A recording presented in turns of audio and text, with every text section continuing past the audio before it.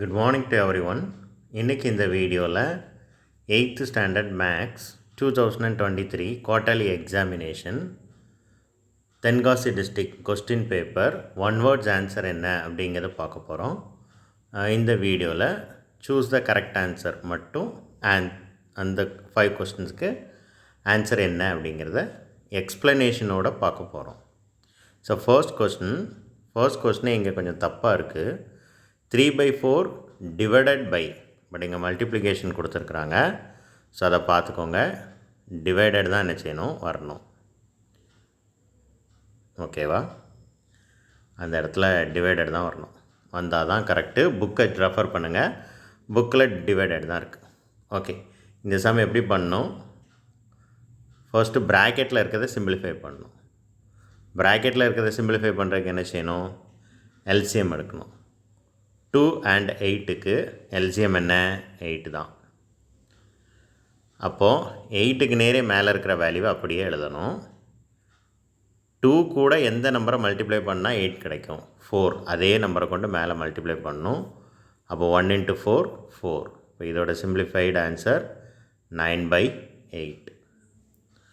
Okay, ஞாபகம் வச்சுக்கோங்க, 9/8. இப்போ வெளில என்ன இருக்குது? 3/4 divided by 9/8. 3/4 அப்படியே எழுதி ரெசிப்ரோக்கில் எழுதணுன்னா 8/9.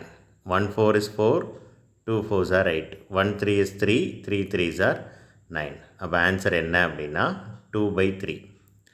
எல்லாமே கேன்சல் ஆயிடுச்சு, 2/3 மட்டும் மிச்சம் இருக்குது. அப்போ ஆன்சர் என்ன அப்படின்னா 2/3, ஆப்ஷன் பி. ஓகே, ரெண்டாவது question. The product of 7p cube and 2p square the whole square. முதல்ல 2p square the whole square square பண்ணிக்கோங்க. இப்போ 2 ஸ்கொயர் பண்ணால் 4, p ஸ்கொயரை ஸ்கொயர் பண்ணால் p பவர் 4. இது கூட இப்போ என்ன செய்யணும் அப்படின்னா 7p cube என்ன செய்யணும்? மல்டிப்ளை பண்ணணும்.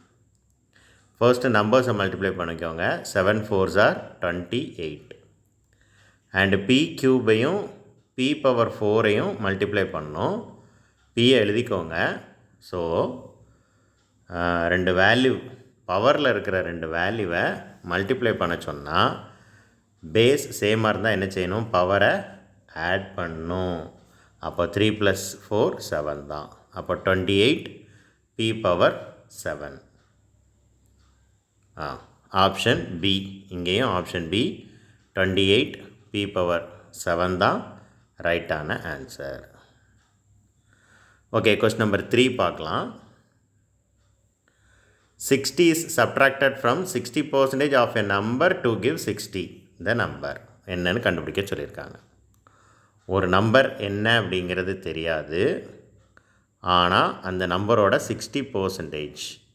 60%னா என்ன அர்த்தம்? 60/100 ஆஃப் that number.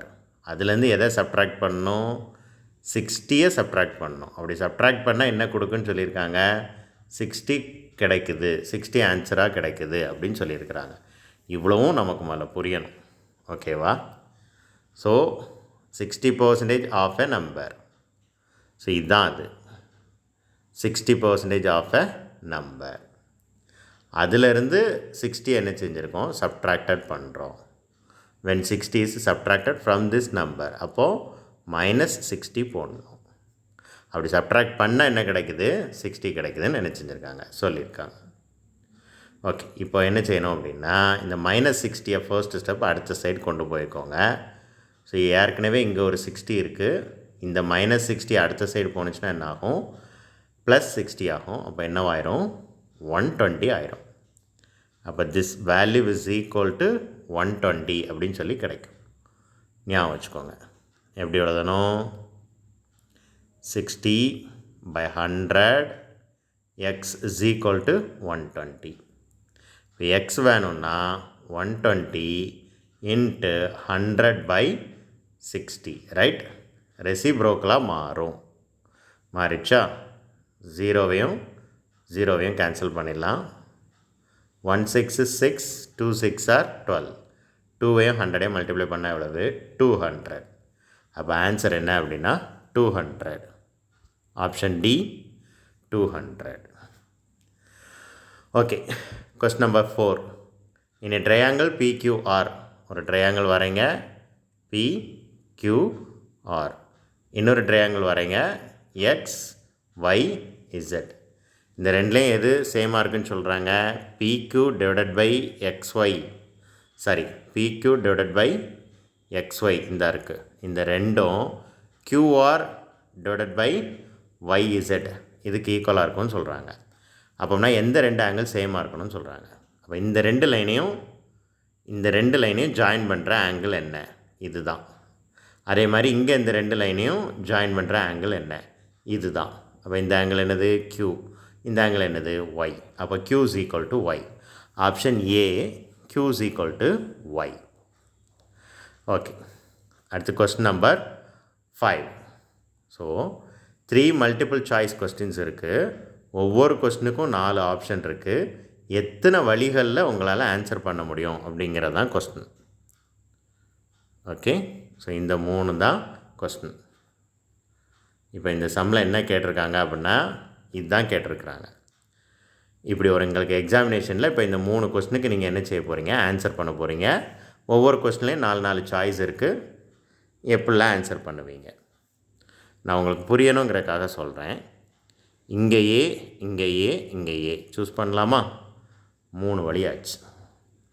அதே மாதிரி இங்கே பி, இங்கே பி, இங்கே பி அப்படியும் சூஸ் பண்ணலாம். ரைட்? அப்போ 6 வேஸ் ஆச்சு.